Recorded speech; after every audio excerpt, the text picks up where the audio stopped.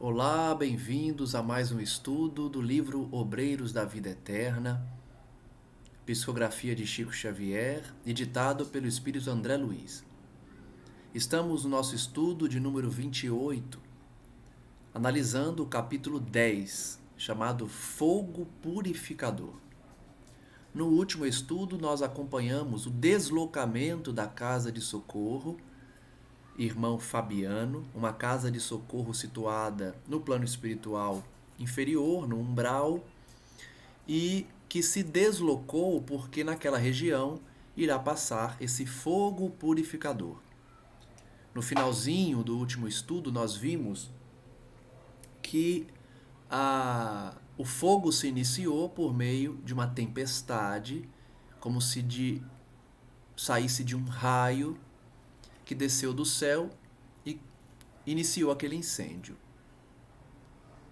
Que, conforme André Luiz narrou, é um fogo controlado, é um fogo metódico, demonstrando que a espiritualidade age para purificar a região por meio dessa queimada de miasmas, de fluidos negativos, criados pelos pensamentos viciosos daquela região.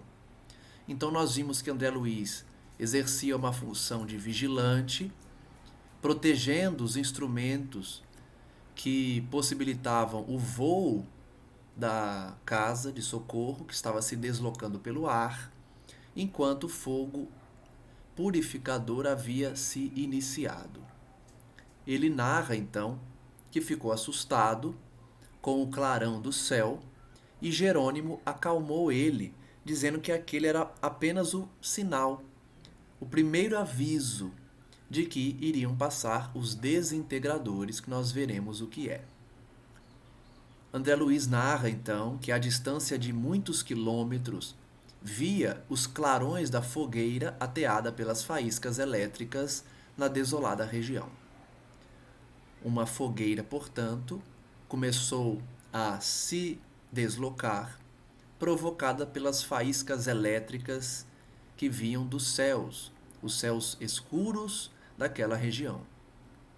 Decorridos alguns minutos, chegaram novos reforços para a guarda, novos colaboradores, todos os servos do bem em trânsito na casa transitória foram chamados para cooperar na vigilância, atentos no deslocamento para evitar qualquer problema. O assessor que os distribuía em variados setores do serviço esclareceu que um instituto socorrista deveria partir dentro de 4 horas e que nesse tempo, em circunstâncias como aquelas, seria grande o número de infortunados a procurar-lhe as portas, acentuando que não se dispunha de colaboradores em quantidade suficiente para atender às tarefas do átrio. Então, recapitulando as informações, nós vimos nos últimos estudos que a coordenadora da casa, irmã Zenóbia, havia visitado regiões de sofrimento e esclarecido muitos espíritos que estavam afundados no lamaçal e subjugados por perseguidores, que a casa transitória estaria disponível para os sinceramente arrependidos. Então, dentro de 4 horas, a casa iria se locomover, se deslocar, e nesse tempo, até o fogo chegar perto, porque o fogo estava a vários quilômetros de distância, daria tempo dos sofredores buscarem a casa antes dela partir. Antes de mais explicações, ribombou novo trovão nas alturas. O fogo riscou em diversas direções, muito longe ainda, como a notificar-nos de sua aproximação gradativa. Então notem que, de fato, o fogo purificador é um fogo controlado, provocado pela espiritualidade, a ponto deles avisarem as pessoas a quilômetros de distância que o fogo chegaria. Então, com esses avisos do fogo riscando os céus, dos clarões, a espiritualidade ia avisando quem estava na região de que passaria ali um fogo.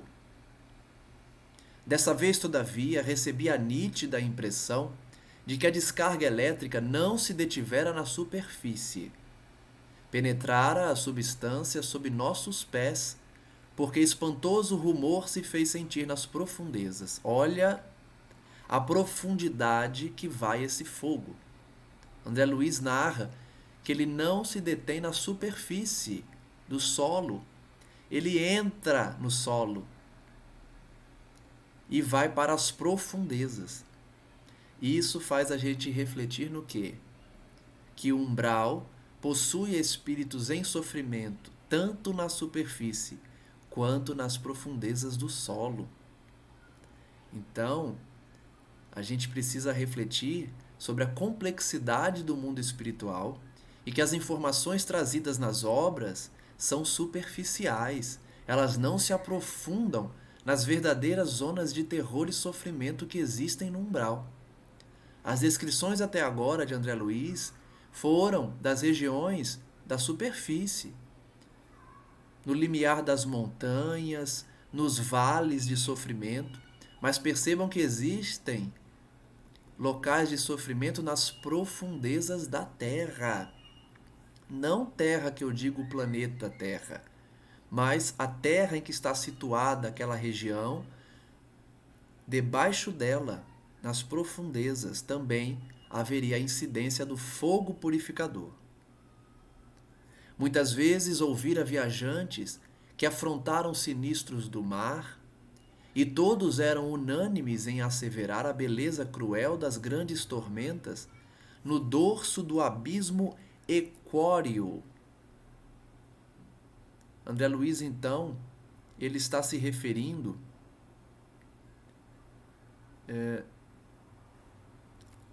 às descrições das tempestades pelos marinheiros, né? Equóreo é referente ao mar. Então, ele está refletindo sobre a descrição dessas tempestades para quem viaja pelo mar. Ele se lembrou das descrições dos que estão na terra. Bem como afirmavam que viajor algum, por mais incrédulo, conseguia subtrair-se às ponderações místicas da fé perante o turbilhão escachoante do desconhecido. escachoante é que jorra a água com força ou velocidade.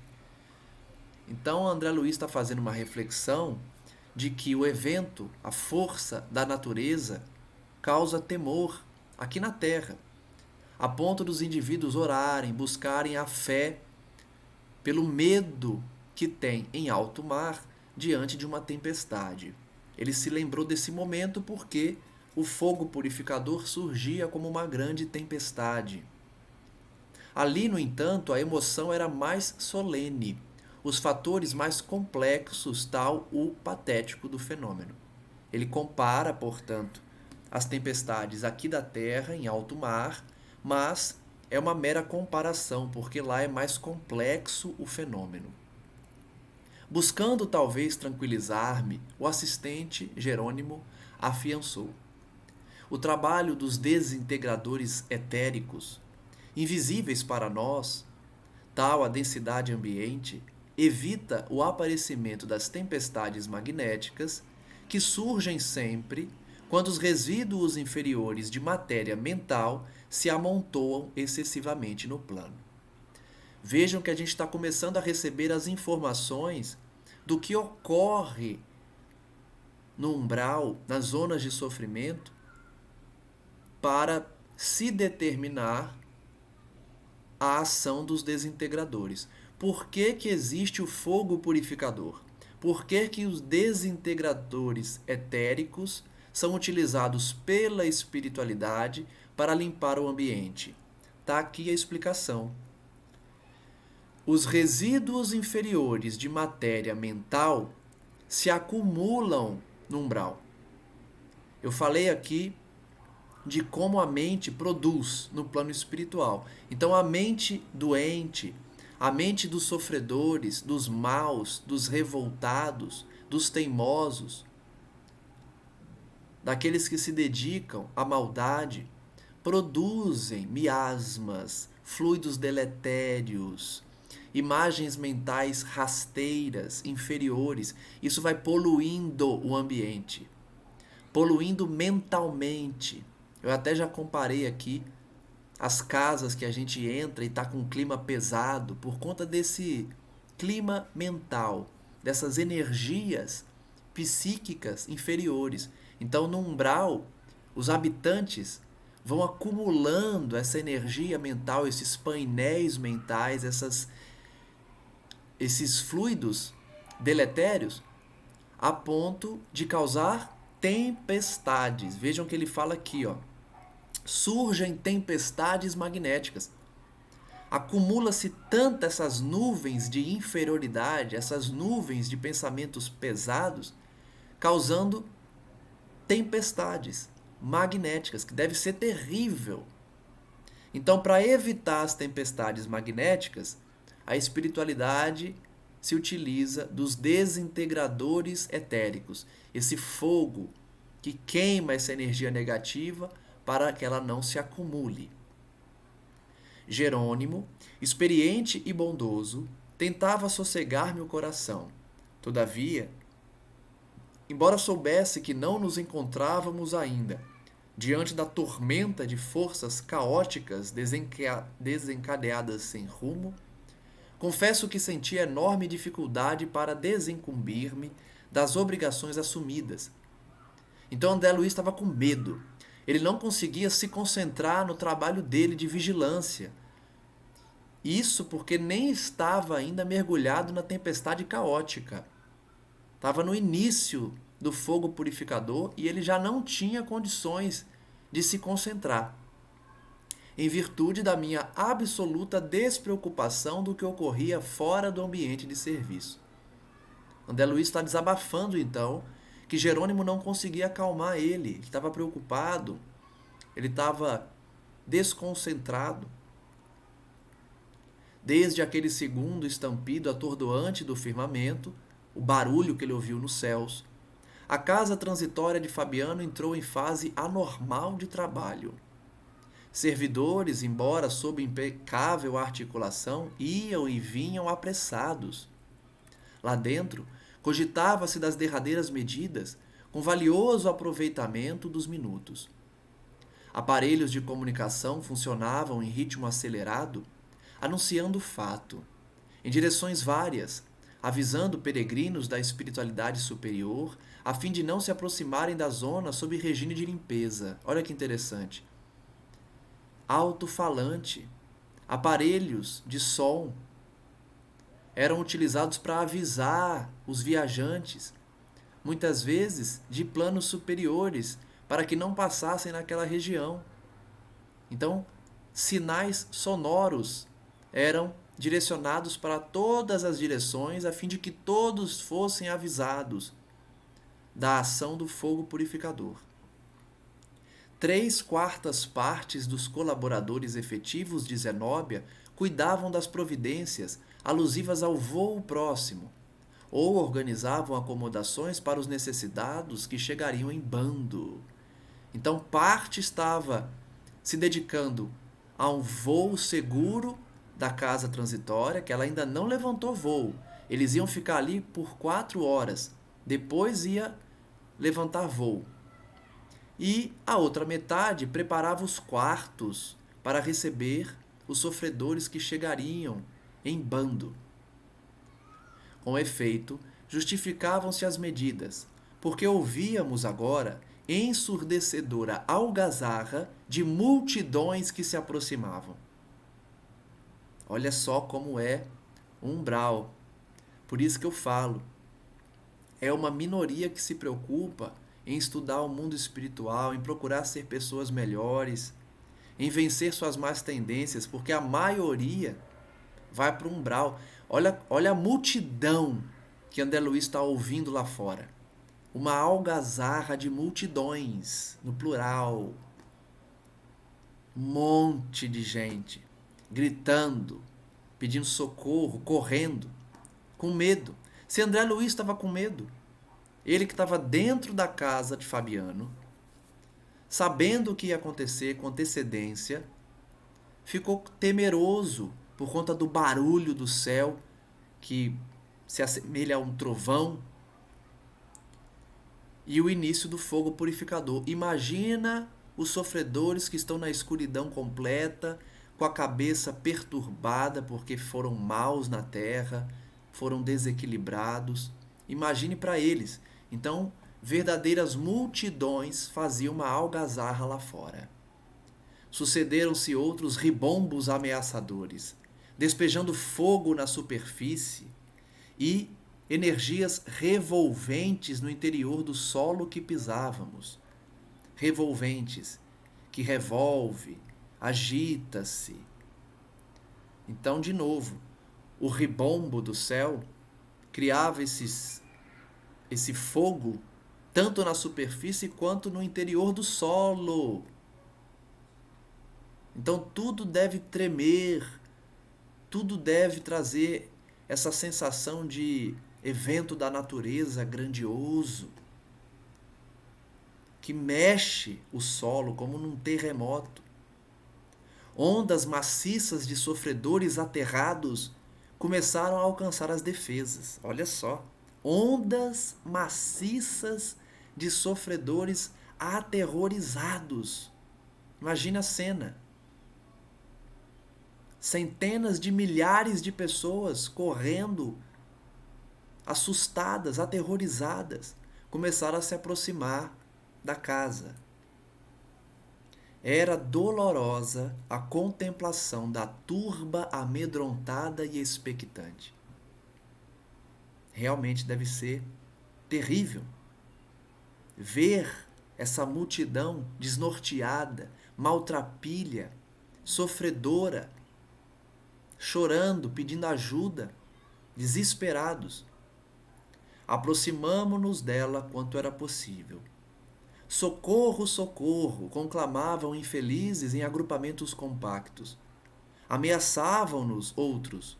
Fujam daqui! Atravessaremos a barreira de qualquer modo. O abrigo nos pertence. Vamos à força. Então, parte da multidão queria invadir, dizendo que era deles, que a casa de socorro do irmão Fabiano era deles e que André Luiz e os demais deviam fugir dali, porque eles iam entrar. E não se limitavam às palavras, avançavam em massa sobre as faixas horizontais para recuarem espavoridos. Lembrem-se que no estudo de ontem nós vimos que as linhas de defesa em volta da casa eram horizontais e não verticais. Não eram muros grandes e altos. Era, de forma horizontal, ondas eletromagnéticas que traziam uma repulsa magnética. Ondas cuspindo, né, como se fosse cuspindo para fora da casa, todos que tentassem se aproximar. Ajudai-nos por amor de Deus, suplicavam os menos atrevidos.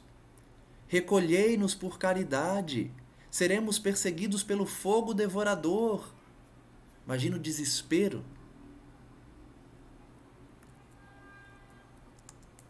Entretanto, com maior ou menor intensidade, todos os sofredores exibiam escuros círculos de treva em torno de si. Quem assistiu o último estudo vai lembrar. Como que se reconhece que o espírito que está buscando refúgio realmente está arrependido? Jerônimo explicou. Eles trazem um círculo iluminado em volta deles. Todos que tiverem um círculo iluminado em volta estão arrependidos sinceramente, estão aptos para o resgate. Aqueles ali, porém, que André Luiz descrevia, traziam círculos escuros de treva em torno de si. Então, eles não iam entrar. Um deles atingiu-nos o círculo de atividade e identifiquei-o. Não havia qualquer dúvida, era o verdugo que me provocara tanta revolta íntima na véspera. Lembrem-se, quem assistiu os últimos estudos, que André Luiz queria invadir o vale de sofrimento em que as pessoas estavam sendo maltratadas. Ele queria entrar à força. E um dos perseguidores marcou ele. Pelo desafio, pelo atrevimento, pelos xingamentos que ele falou. E agora André Luiz identificava, é aquele que me provocou revolta íntima. Porque André Luiz quis invadir à força, pegar à força as pessoas que estavam sendo maltratadas. Um dos verdugos estava ali. Postou-se de joelhos não muito longe de nós e implorou: tende piedade de mim. As fogueiras ameaçam-me. Penitencio-me, penitencio-me. Fui pecador, mas espero contar com vosso auxílio para reabilitar-me. Olha como ele fala bonito. Lembrem-se que Jerônimo falou: as trevas se utilizam de palavras, mas os seus atos são contraditórios. As palavras são bonitas, mas suas atitudes não condizem com as palavras. E de fato, pelas palavras, parece que ele está arrependido. Penitencio-me, vou melhorar, estou arrependido. Conto com a ajuda de vocês para me reabilitar. Se fosse aqui na Terra, a gente acreditaria nele. Como a gente acredita em tantos que fingem um arrependimento, fingem uma boa vontade, mas por dentro estão com outros planos. No plano espiritual não dá para esconder as intenções. Eu sempre repito isso aqui. Notem que pelas palavras dele, ele parecia arrependido. A ponto de André Luiz dizer: as rogativas sensibilizariam qualquer cooperador menos avisado. Qualquer um de nós ia ficar sensibilizado. Tadinho, ele quer ser resgatado, ele se arrependeu, vamos ajudá-lo. Mas, prevenidos quanto à senha luminosa, olha só, senha luminosa, a senha para entrar na casa de socorro era qual? Era o círculo iluminado em torno dos sinceramente arrependidos. Ele não trazia a senha. Notávamos que o pedinte se cercava de verdadeiro manto de trevas.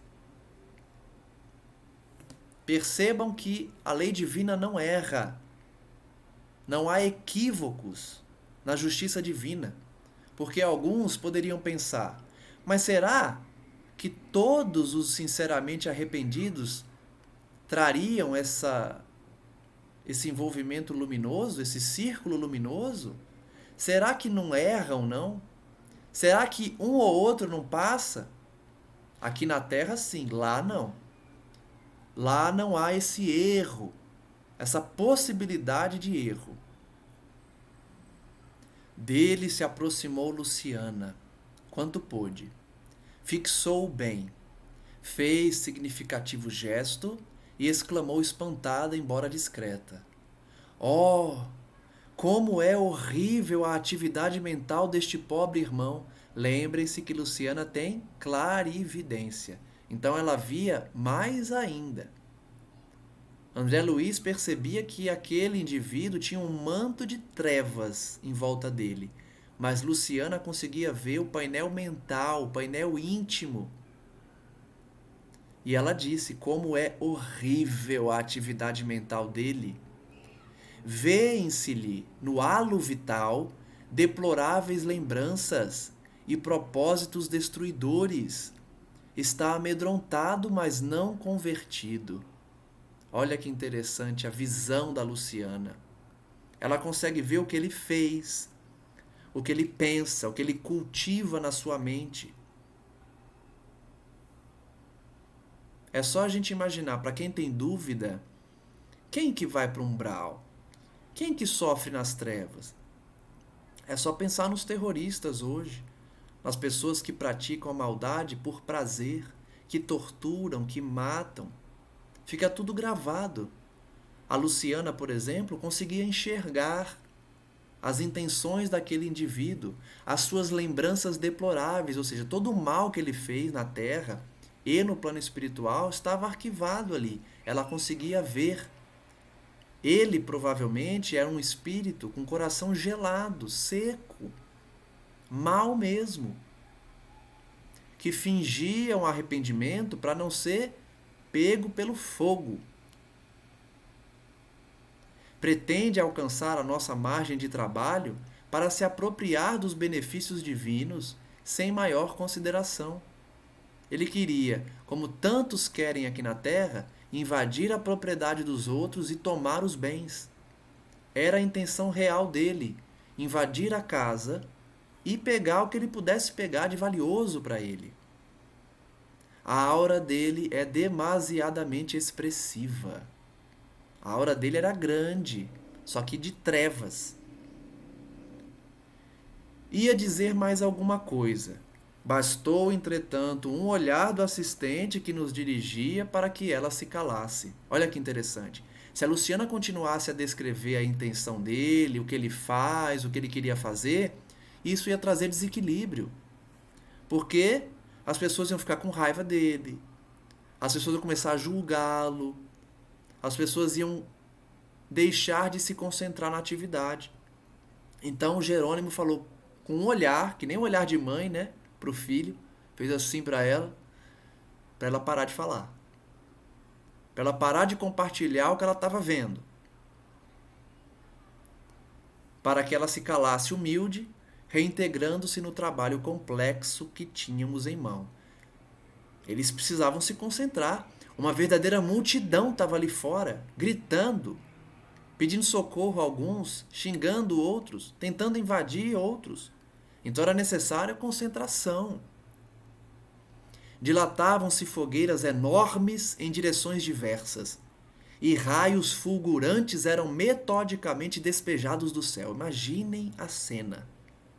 Parece Apocalipse. Será que nos livros clássicos do Dante Alighieri, que descreve o inferno, será que ele não visitou uma região dessa e viu a ação do fogo purificador? Porque pela descrição de André Luiz, parece a descrição do inferno da Bíblia, do inferno da Divina Comédia.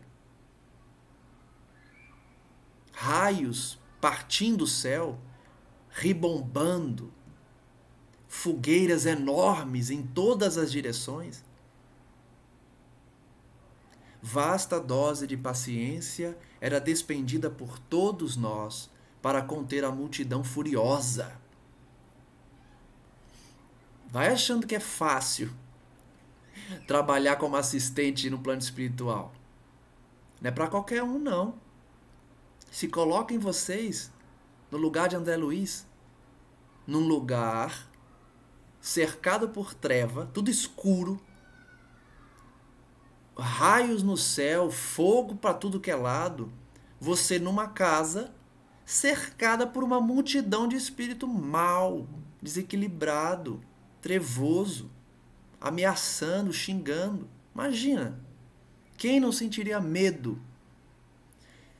Quem não teria a fé abalada? No sentido de, nossa, será que Deus está olhando a gente aqui? Será que a espiritualidade superior vai proteger a gente se eles invadirem? É normal. Para quem é inferior ainda, para quem não está acostumado, para quem não tem uma fé inabalável, tem medo. Há alguns estudos atrás, a gente viu até a Zenóbia preocupada. Quando tentaram invadir a casa, a Zenóbia ficou pálida. Então, assim, não é fácil, não. Impressionavam-nos as formas monstruosas e miseráveis a se arrastarem vestidas de sombra.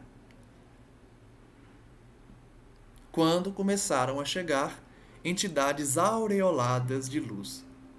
Ah, que bom, hein? Eles estavam cercados por monstros, espíritos deformados, propositalmente para causar terror, para impor medo, pavor. Mas aí chegaram equipes de luz. Trajavam farrapos e traziam comovedores sinais de sofrimento, dando a perceber que desejavam isolar a mente das centenas de revoltados que ali se congregavam em ativo movimento de insurreição, contemplavam o alto e cantavam hinos de reverência ao Senhor. Olha que bonito também. Vejam que tem o lado trevoso, mas tem o lado lindíssimo da luz. Um grupo então começou a orar, olhando para os céus, cantando hinos de reverência a Deus, a Jesus, em regozijo da própria renovação. Cânticos esses abafados pela algaravia dos rebeldes agitados. Então, pelo que André Luiz está dizendo, são os sinceramente arrependidos. Não é uma equipe de luz que desceu dos céus. São os espíritos que estavam em sofrimento, mas se arrependeram. Veja a diferença deles para os outros. Eles estavam iluminados, cantando, agradecendo a Deus pela oportunidade. Então, em parte do grupo estava iluminado, cantando, e outra parte gritava, xingava, fazia uma algazarra. Reparava pela expressão de quantos iluminados se aproximavam de nós, que se esforçavam por manter o pensamento alheio às objurgatórias dos maus. Então são as pessoas que estão concentradas ali para não caírem, para não baixar a sintonia daqueles que estavam xingando, atacando, temendo talvez o interesse mental pelo que emitiam, circunstância criadora de novos laços magnéticos favoráveis à dominação dos verdugos. Então André Luiz está dizendo que muitos dos arrependidos estavam se esforçando para manter o pensamento equilibrado. Porque a luz que eles emitiam podiam causar um interesse mental dos verdugos, dos perseguidores, favorecendo uma nova vinculação com eles. Porque se lembrem, quem sofria ali a ação dos perseguidores tinha uma ligação mental com eles. Deus não pune ninguém. Nós nos colocamos em laços mentais com os nossos perseguidores, pela culpa, pelo mal que fizemos a eles no passado.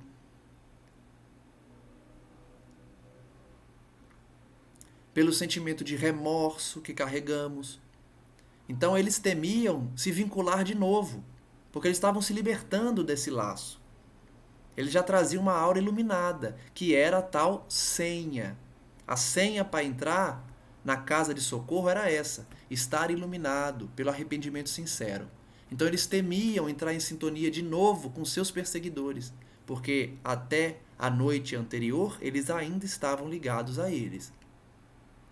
Intentavam, por isso, alimentar o máximo desprendimento dos apodos.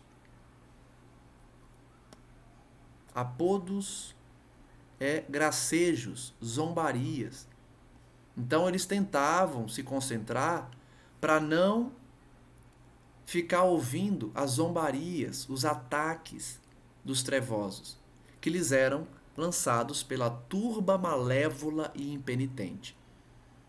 Então a multidão dos maus via os iluminados que estavam arrependidos caminhando em direção à casa de socorro e zombavam deles, xingavam eles, eram irônicos com eles. Então era necessário se concentrar para não baixar a vibração, porque se baixasse a vibração, deixariam de ficar iluminados e não poderiam entrar. Formavam agrupamentos de formosura singular, sublimes quadros de paraíso no inferno de atrozes padecimentos. Então vejam que a figura trazida por André Luiz é mesmo de inferno, de paraíso. Enquanto uns sofrem mergulhados na lama, na escuridão, com as fogueiras em volta, havia um grupo se iluminando, se distanciando deles. Vinham de mãos entrelaçadas, como a permutar energias, a fim de que se lhes aumentasse a força para a salvação. Olha que quadro bonito! Os sinceramente arrependidos estavam todos de mãos dadas, caminhando juntos. É esse sentimento que a gente busca cultivar aqui. O sentimento de fraternidade. Não tem nenhum professor ensinando a ninguém aqui. Somos todos alunos, todos caminhando juntos, de mãos dadas, para estudar, para conhecer, para nos preparar para a vida futura. Então é esse mesmo quadro, todos nós de mãos dadas, com a mesma intenção, permutando energias para aumentar a nossa força para a salvação. Então um quadro também muito bonito. No meio daquela algazarra, no meio das trevas, tinha um grupo de mão dada, iluminado, com os olhos para o alto, para o céu, cantando, louvando Jesus. Não é fácil não. Aqui na terra a gente louva, eu mesmo gosto muito de ouvir louvor no carro, canto. Aqui é fácil. Agora, tenta lembrar da letra, tenta louvar caminhando no meio das trevas, enquanto está o relâmpago no céu, raios para tudo que é lado, fogo se aproximando e uma multidão te xingando, te tratando com desprezo, ironia. E eles estavam ali, andando, louvando, cantando, para serem resgatados. Vinham então de mãos dadas para aumentar essa força, no minuto supremo da batalha que mantinham, talvez, desde muito antes. Então é uma batalha difícil. Por isso que a gente está aqui todo dia, ó, falando do Cristo, falando para ser pessoa melhor, para quando a gente desencarnar não passar por isso. Não ter que sofrer no umbral e depois pedir socorro a uma casa de auxílio. E demonstrar, olha, eu estou arrependido de verdade, pelo amor de Deus, me deixa entrar. E aí começa a cantar o louvor, começa a orar em voz alta, porque está uma gritaria em volta, está um monte de gente ruim perto da gente. Para isso que a gente está aqui, ó, todo dia. Vamos ser pessoas melhores, vamos exercer a caridade que Jesus ensinou, vamos combater as más tendências, para não passar por esse tipo de situação, que certamente a gente já passou, né? Certamente a gente já passou por isso aí, ou coisa pior, porque senão a gente não estava aqui na Terra ainda. lutando, espiando. Então a gente despertou já. E esse processo de troca instintiva dos valores magnéticos infundia-lhes prodigiosa renovação de poder, porquanto levitavam. Olha só. Esse processo de união, fraternidade, solidariedade, arrependimento sincero no meio da escuridão ali, proporcionavam a eles valores magnéticos. Então, imagine, se eles estão no meio daquela multidão, eles ainda não entraram na casa. Eles ainda estão lá no meio. Será que os trevosos não estão tentando agarrar eles, puxar para baixo, empurrar eles? Lógico que estão. Só que como eles trazem essa aura de arrependimento sincero, como eles estão unidos, de mãos dadas, orando, sinceramente arrependidos, eles têm valores magnéticos, que certamente dão choque nos trevosos que tentam pegar eles, agarrar eles. Eles estão levitando, ou seja, eles estão acima daquela horda que se arrasta na sombra. Então essas propriedades magnéticas são uma certa premiação pelo fato deles terem se arrependido e estarem ali em conjunto buscando socorro. Então eles levitavam, sobrepondo-se ao desvairado ajuntamento. Eles estavam de fato acima da multidão, levitando. Então esse é mais um motivo que eles não conseguiam também agarrar, né? Puxar, impedir o avanço. Além de ser interessante, deve ser uma cena muito bela. Imagine a vista de André Luiz. Ele está lá no muro, vendo aquela multidão de sofredores, de maus, e ao mesmo tempo ele vê um grupo iluminado, levitando, vindo devagarzinho na direção deles, orando, cantando, louvando Jesus Cristo. Deve ser lindo. Emolduravam-lhes a fronte belos círculos de luz, com brilho mais ou menos uniforme. Então eles já traziam uma luz própria, que, somada à luz de todos, traziam uma aparência de força. Enquanto os tipos de semblante sinistro lhes dirigiam insultos, ou seja, enquanto os trevosos embaixo xingavam eles, elas cantavam hosanas ao Cristo, entoando louvores. Olha que interessante. Os louvores que a gente canta aqui, principalmente os louvores evangélicos, né? Porque não existe louvor espírita. Eu até acho que já comentei aqui, né? Os louvores bonitos mesmo são os evangélicos. O pessoal tem uma voz incrível. Eu gosto muito da Gabriela Rocha, né? Vocês devem conhecer. Se não conhecem, bota aí no YouTube e ouve essa moça, né? Evangélica, que traz esses louvores lindos, que emocionam, né? Falam do Cristo de uma forma muito bonita.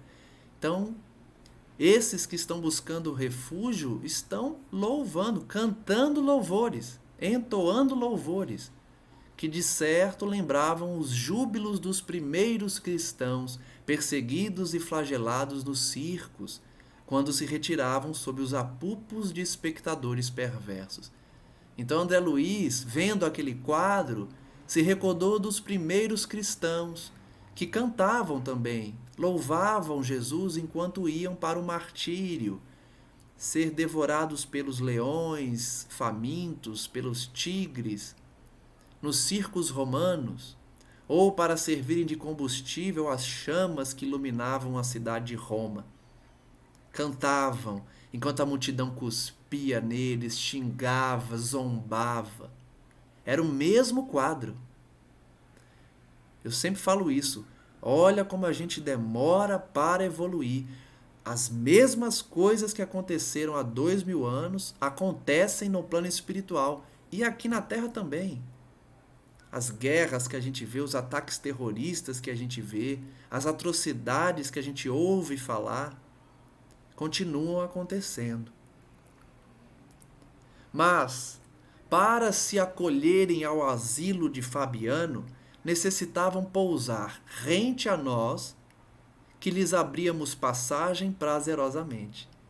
Então deve ser muito interessante fazer parte dessa equipe. Imagina vocês lá, e aí esse grupo lindo, louvando Jesus, iluminado, levitando acima de uma multidão de sofredores, vai se aproximando pelo ar, aí você vai dando passagem para eles, vai abrindo caminho para eles passarem. É lindo isso, né?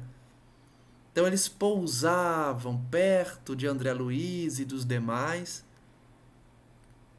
para o resgate.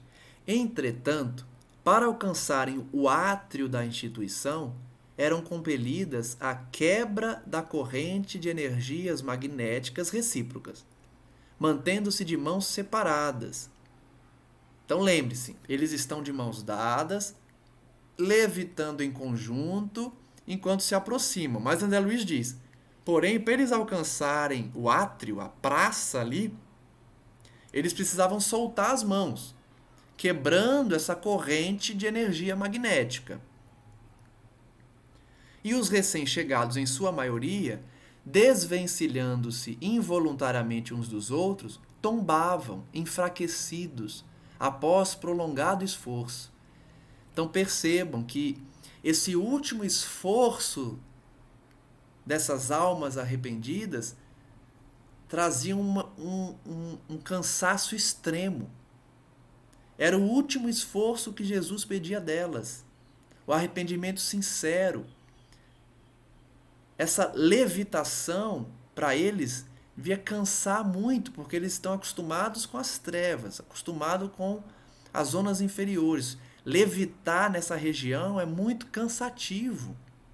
Tanto que nas outras obras de André Luiz, quando ele descreve esse deslocamento que ele faz pelo umbral, ele sempre diz que quando ele sai de nosso lar, ele sai levitando, porque é o padrão de nosso lar é levitar, né?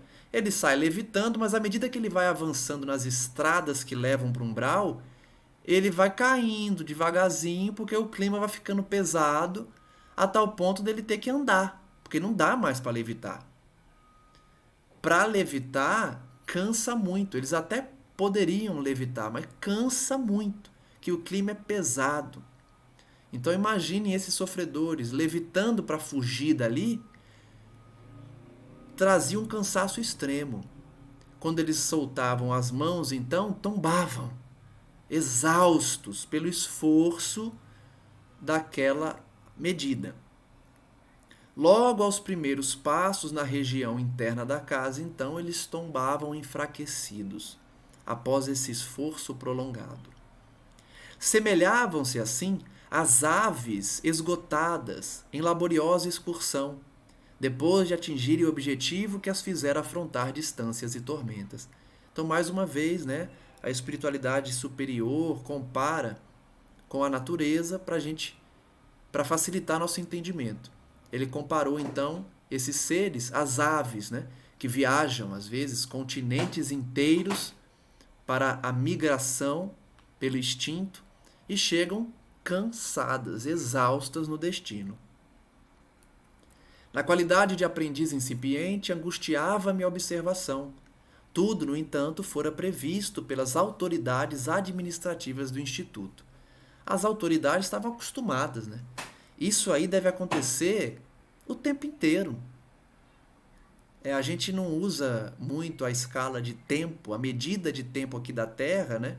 Então não dá para falar, a cada 2 semanas tem o fogo purificador, uma vez por mês eles falam. Não dá para a gente saber porque o tempo lá é completamente diferente do nosso. Mas certamente eles fazem muitas vezes, né? Essas limpezas, esses resgates coletivos. Então as autoridades estavam acostumadas. André Luiz, que era de primeira viagem, e ele estava observando, né? Estava espantado, admirado, que é natural. Enfermeiros e macas, em grande número, estacionavam, não longe de nós, promovendo socorros imediatos. Pequenos e admiráveis cordões de entidades, transformadas interiormente pelos dolorosos banhos de pranto santificador, chegavam agora de todos os lados. Então perceba a sutileza das palavras de André Luiz. Quem que é resgatado? Espíritos arrependidos que se transformaram interiormente pelos dolorosos banhos de pranto santificador. O que é um pranto santificador? Quando o indivíduo chora, arrependido sinceramente.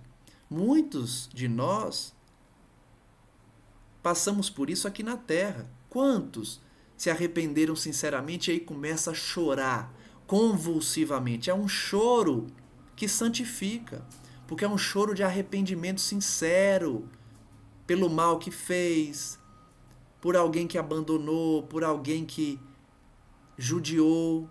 A pessoa se arrepende sinceramente, chora. Esse choro é bom, é um choro que santifica. Então, quem que estava preparado para o resgate? Quem se arrependeu sinceramente. Aquele verdugo que André Luiz viu e que a Luciana também enxergou por sua clarividência, as suas reais intenções, ele nunca chorou assim. Ele não teve esse momento de pranto santificador, de arrependimento sincero que lhe levou às lágrimas. Então ele não estava pronto para o resgate. Só quem de fato se arrependeu e consequentemente chorou muito é que se santificou a ponto de conseguir levitar e entrar na casa por conta da sua aura luminosa. As hordas ferozes e irônicas, rodeadas de trevas, multiplicavam-se também.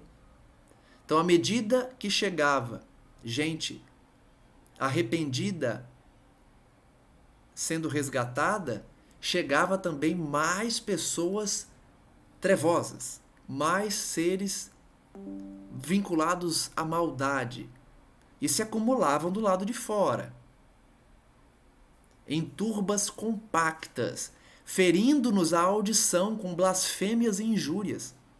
Imagine a cena, você está lá trabalhando, resgatando, colocando a pessoa na maca, cheia de ferida, cheia de mancha, com a roupa imunda, rasgada, você tentando ali ajudar, ao mesmo tempo que você ouve uma multidão gritar e xingar. A gente nem imagina os xingamentos, né? A gente só consegue supor que tipo de xingamento eles falam, que logicamente André Luiz não vai falar, né? Não vai colocar na obra os palavrões que ele estava ouvindo. Mas serve para a gente refletir como a cena não é uma cena fácil de lidar. Você ali trabalhando, querendo ser uma pessoa melhor, trabalhando sua reforma íntima para não xingar, para não ter maledicência, inveja. E aí ouvindo as pessoas te xingando ali de uma forma grotesca, ferindo a audição. Eu hoje também tenho um pouco disso, né? Quando alguém está falando muito palavrão, eu me incomodo. Fere minha audição também. Eu não gosto de assistir nada que tenha palavrão, conversar com pessoa que fala muito palavrão. Também me causa isso. Mas imagina você dedicado a uma tarefa socorrista no além, no plano espiritual, e tá ouvindo ali pessoas extremamente desequilibradas, xingando, né?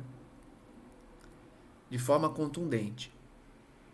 Entre os ingratos e rebelados, havia, contudo, criaturas que se mostravam aflitas e genuflexas, ou seja, de joelhos, tocavam-nos o coração fraterno com seus brados de socorro e amargurosas queixas, as quais, porém, não podíamos aliviar com qualquer benefício precipitado, em virtude da perigosa condição mental em que se mantinham. Então vejam, dentro daquela multidão de trevosos, nem todos xingavam, estavam com raiva. Tinham muitos em aspecto de arrependimento, ajoelhado, sofrendo. Mas eles não estavam prontos ainda. A sua condição mental era de desequilíbrio. A diferença deles para os outros trevosos é que eles não estavam mais xingando, não estavam mais agredindo, mas eles ainda estavam muito desequilibrados.